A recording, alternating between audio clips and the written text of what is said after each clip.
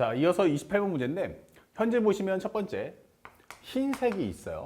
흰색 현재 보면 접시가 1, 2, 3, 4라고 번호가 적혀 있습니다. 그 다음에 현재 검은색인데 검은색은 없으니까 여기 살짝 우리가 이렇게 빨간색으로 대신할게요. 여기 A, B, C가 있습니다. 자, 이렇게 7개 접시가 있는데 이걸 원 모양의 탁자에다가 나열해 줄 거예요. 다음 조건을 만족시키는 경우의 수는 단 회전하여 일치하는 것은 같은 것으로 보겠다. 원순열이다. 이렇게 설명이 되어 있죠. 자, 검은색 접시끼리는 서로 이웃하지 마세요 라고 했어요. 그럼 검은색끼리 이웃하지 않으려면 어떻게 돼야 돼? 먼저 흰색을 나열해야겠죠. 흰색을 나열하면 그 사이사이에다가 검은색을 놓을 거야. 이게 될 거야. 자, 그래서 첫 번째는 요것은 이제 나중에 하자. 이게 되는 거예요. 그 다음에 홀수가 적힌 흰색 접시는 서로 이웃하지 마세요. 그럼 홀수라는 게 누구야? 그럼 여기 1, 3은 이웃하지 마. 이게 되는 거예요. 그리고 현재 짝수 적힌 접시끼리도 서로 이웃하지 마세요 라고 했어요. 그러면 먼저 우리가 해야 될 것은 흰색을 먼저 해주고 검은색을 해주면 어떨까? 이게 되는 거죠. 그리고 첫 번째 제일 중요한 건 예문을 한번 만들어 보세요. 예문을 만든다면 현재 우리가 알고 있는 것처럼 흰색을 먼저 해봅시다.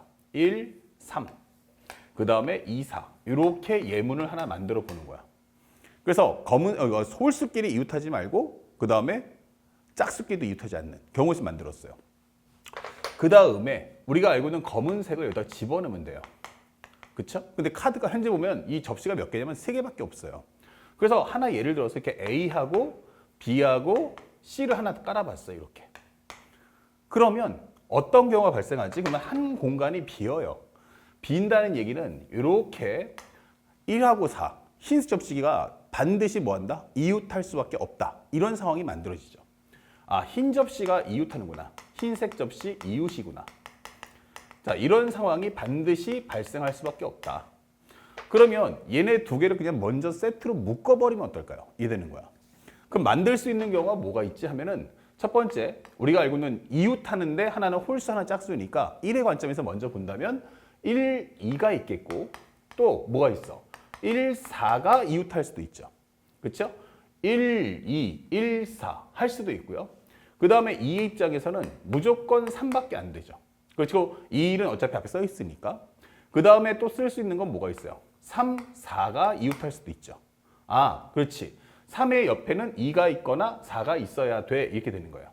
그러면 현재 토탈 가지수는 몇 가지야 하면은 현재 우리가 알고 있는 총 4가지가 만들어진다. 이게 되는 거예요. 그러면 그 중에서 우리는 설정을 해봤어요. 요거를 가지고 먼저 정리해보자. 그러면 정리해보면 이렇게 되는 겁니다. 1, 2와 그 다음에 3, 4를 가지고 먼저 나열해줘. 이게 되는 거예요. 그러면 전체 공간은 첫 번째 1, 2, 3, 4 이게 되겠죠. 그러면 우리가 만들 수 있는 공간을 살짝 옆에다 식을 써야 되니까 살짝 여기다 놓을게요. 그러면 하나, 둘, 셋 이게 되는 거예요. 자, 1, 2야 가라. 그러면 일단 먼저 기준값을 세워야 되니까 한 가지. 거기다가 여기다 1, 2를 써보고 그 다음에 3하고 4는 누가 1, 2의 오른쪽이냐 왼쪽이냐 이게 되기 때문에 두 가지 한 가지가 만들어지겠죠. 자, 이렇게 해서 3하고 4를 깔아봅시다. 그리고 또 하나가 1, 2가 뭐 할 수도 있어? 2일이 될 수도 있지. 그럼 배열가지수가 또 몇 가지야? 2가지구나. 이게 되는 거야. 아, 그러면 현재까지 정리만 해보면 4 곱하기 4니까 이것은 16가지가 만들어질 거야 라는 걸 먼저 설정해 줄 수 있는 거야. 그러면 이제 남은 것은 이 공간에다가 이제 뭐 하자? 검은색 접시를 깔아주면 돼요. 근데 이미 얘네들이 흰색이 먼저 기준값을 세워놨기 때문에 검은색 A, B, C가 배열하는 건 중복을 허락하지 않는 순열이야. 그럼 A가 들어갈 수 있는 건 몇 가지? 3가지. 그 다음 2가지, 그 다음 1가지. 여기다 A 깔아보고 여기다 B 깔아보고 여기다 C 한번 깔아보는 이런 모습을 가져달라는 얘기죠. 그러면 정리하시면 바로 16 곱하기 6이 되기 때문에 정답 얼마다? 96이다 하면서 우리가 원하는 정답을 찾아본다면 몇 번 정답이야? 라고 한다면 정답은 4번. 이렇게 답을 찾을 수가 있습니다. 그러니까 가장 중요한 건 이 내용을 먼저 이해하는 게 제일 중요하고 선생님이 여기서 제일 잘한 게 뭐죠? 라고 한다면 바로 이 예시문을 만들었다는 것을 꼭 기억해 줄 수 있어야 됩니다. 먼저 이 상황이 무슨 말인지를 이해하지 못하면 식을 쓸 수는 없는 거예요. 그렇기 때문에 먼저 상대방이 말하는 걸 이해했는가? 그러면 그것에 마땅한 하나의 이그젬플을 하나 만들어서 보세요. 그러면 내가 앞으로 어떻게 식을 써나갈지가 명확하게 보인다. 이것도 엄청난 중요한 꿀팁이니까 잘 배워서 익혀나가시고 선생님의 개념적 사고를 통해서 공부해 보신다면 좀 더 풍성한 문제풀이도 함께 할 수 있겠습니다. 자, 이어서 다음 문제도 보겠습니다.